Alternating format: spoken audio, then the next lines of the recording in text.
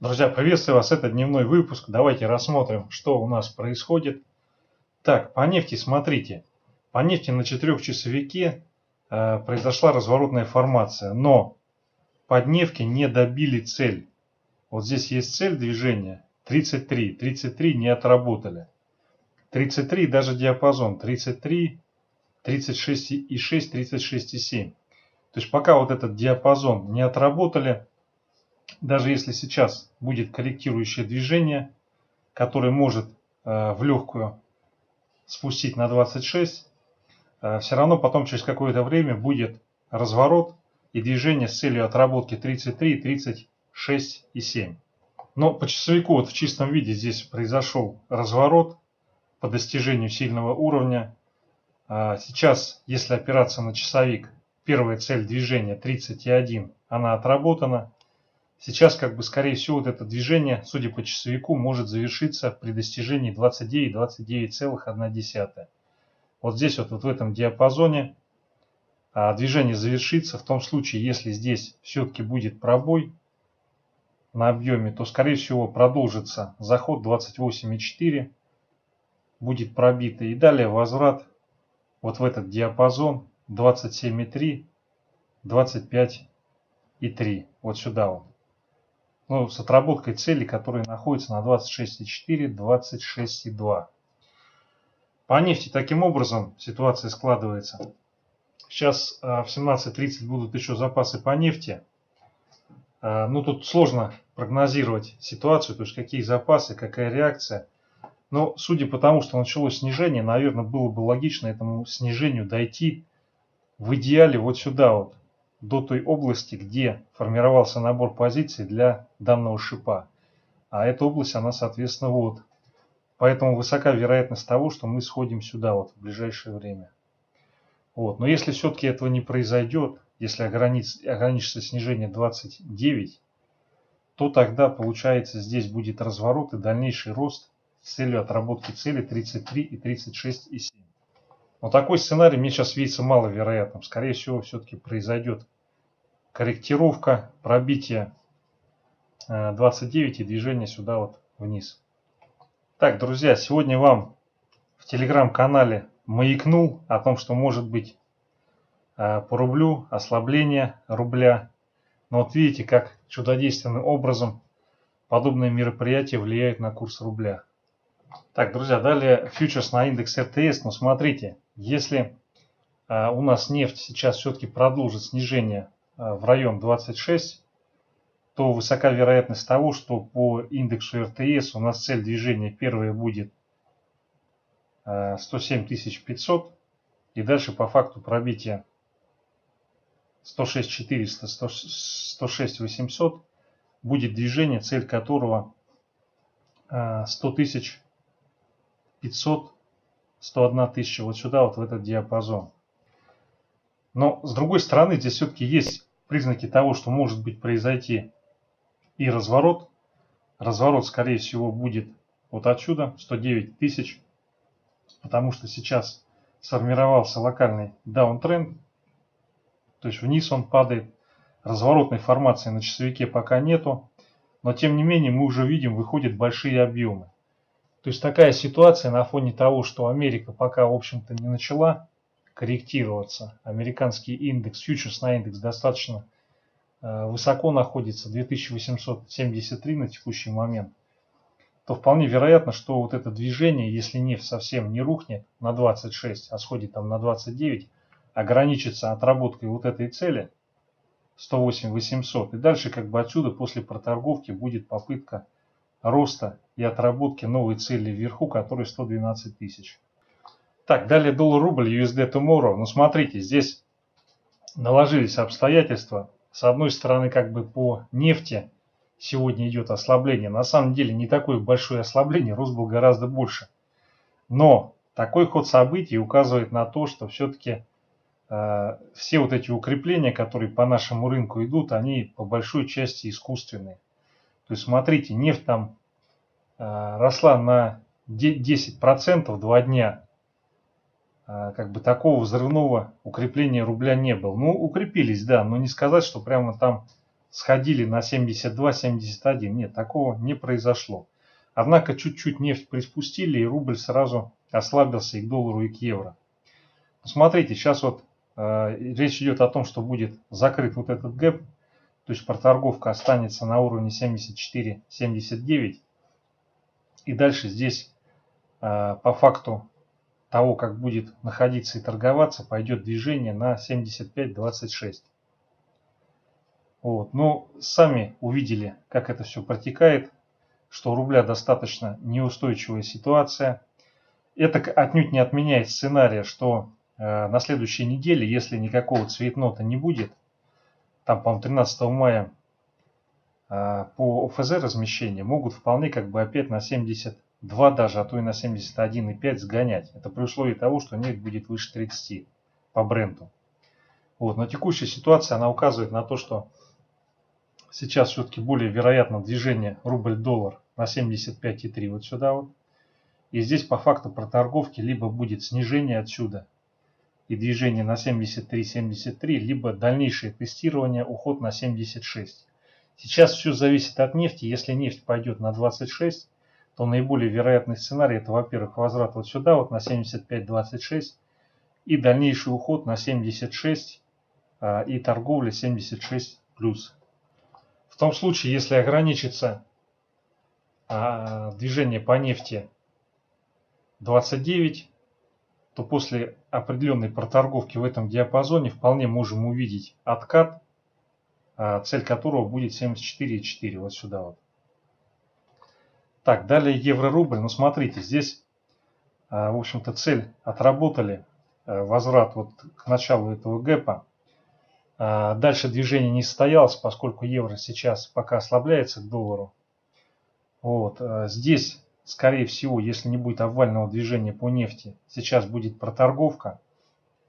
В том случае, если не пойдет пробой закрепления 81,1, мы сегодня тогда увидим возврат на 80,25. Вот сюда, вот здесь есть цель. И эту цель в ближайшее время он отработает. Вот. Ну а если по нефти все-таки разовьется корректировка на 26, тогда мы сегодня-завтра увидим движение на 82 и 82,3 вот сюда вот.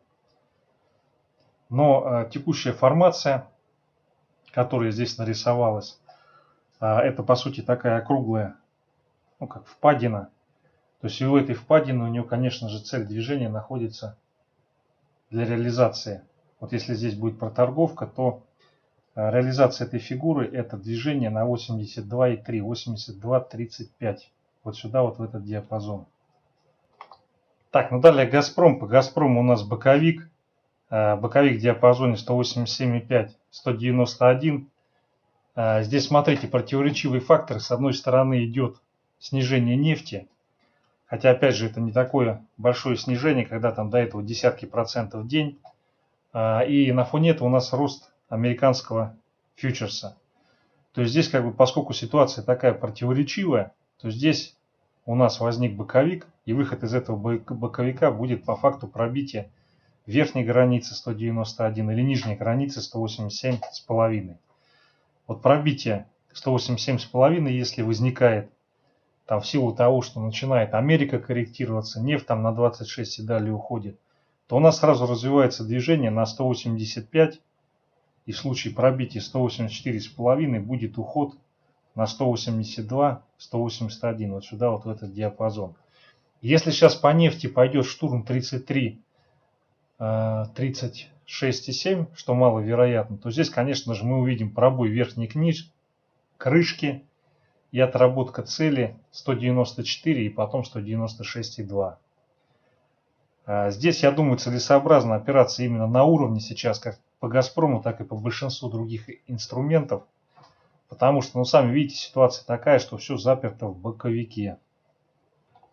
Так, далее по Лукойлу был вопрос. Ну, смотрите, по Лукойлу сейчас вот у нас идет тестирование уровня 5000. В случае пробоя 5000 развивается движение, цель которого будет ближайшее, это 5200. Вот сюда, вот в этот диапазон. Сейчас в зависимости от ситуации, которая с нефтью происходит, если по нефти будет боковик или отскок и рост, то здесь вот на часовике сформируется разворотная формация, и цель движения по этой разворотной формации будет 4980, вот сюда вот. Если сейчас по нефти продолжится снижение, вот эта 4-часовая свеча, она все-таки сработает, то здесь у нас пойдет пробой 4850, дальше будет отработана первая цель, это 4750, и по факту ее пробития будет движение на 4650, и далее при пробитии диапазона 4620 чик вот сюда вот пойдет на 4400, вот сюда вот в этот диапазон. Но вот здесь сейчас намечается разворотная формация, то есть если сейчас по часовику будет разворот, то высока вероятность того, что отскочит на 4980, потому что здесь есть как бы локальный даунтренд, который сформировался, 3 свечи. Вот, и здесь вышел достаточно большой объем. Если отсутствует существенный негатив по прокси, то есть по нефти, то есть она не обвалится, то отсюда высока вероятность движения вот сюда, вот в этот диапазон 4980-5000. Вот. Ну а если нефть повалится, тогда да, по ступенькам пойдем ниже и ниже. Так, далее ГМК, Норильский никель. Ну смотрите, тут по палладе идет борьба за уровень 1730. Никак он его не пробивает. С утра как бы палладий был выше, чем на закрытии ММВБ. Поэтому Норникель сегодня с утреца сходил немного вверх. И потом после этого начал корректироваться. Вот сейчас пошел рост по палладию, попытка отскока и движение на 1815-1820. Соответственно, это послужит для ГМК драйвером. Но здесь единственное, только если по часовику смотреть, ситуация возникла немножко недопадали до нижней границы. По идее, вот ему бы сходить сюда на 20 тысяч, точнее 19 880, 19 900. И после этого, если нету стремительного обрушения палладия на 1530, то отсюда как бы рост и движение в рамках вот этого диапазона. Но судя по тому, как сейчас палладий бодро пошел вверх, вполне как бы вот это движение может привести к тому, что сегодня или завтра с утра ГМК пойдет на 20 300, 20 450. Вот сюда вот в этот диапазон. Сейчас по палладию идет очень хороший рост, объем тоже большой. Но сейчас и по Америке там начало дня. Вот. Но в любом случае, если будет по палладию уход на 1700 и ниже на объеме, то скорее всего ГМК переместится. Но сначала пойдет тестировать 19 900, вот эту цель. И далее в случае пробития палладием 1700 и ухода на 1500, то по ГМК можем увидеть достаточно ощутимую корректировку 19100 и потом 18300. Вот. Сейчас если палладий все-таки разгонит на 1880, то по ГМК мы увидим отработку вот этой цели, оставшейся 20 500. Если будет закрепление здесь, то пойдет тестирование на пробой 20 900. Вот. Но пока, скорее всего, наиболее вероятный сценарий это отсюда движение в этот диапазон, ну и стоп на 20 050, 20 000. Так, друзья, далее вопрос по Сбербанку. Ну, смотрите, по Сбербанку ситуация аналогична с Газпромом. У нас как бы все увязло в боковике. И по Сбербанку будет существенное движение в том случае, если пробой 194 внизу на объеме или вверху 197. В том случае, если пробой 197 на объеме, пойдет движение на 200-205. И пробой, соответственно, внизу увозит на сильный уровень 192,5. В целом здесь идет растущий канал. И высока вероятность того, что если сейчас нефть не завалит, то Сбер либо от текущих значений, либо от 195 развернется и пойдет после пробоя тестить 190, 200 и потом, возможно, 205. Вот такое мое видение. Спасибо за внимание.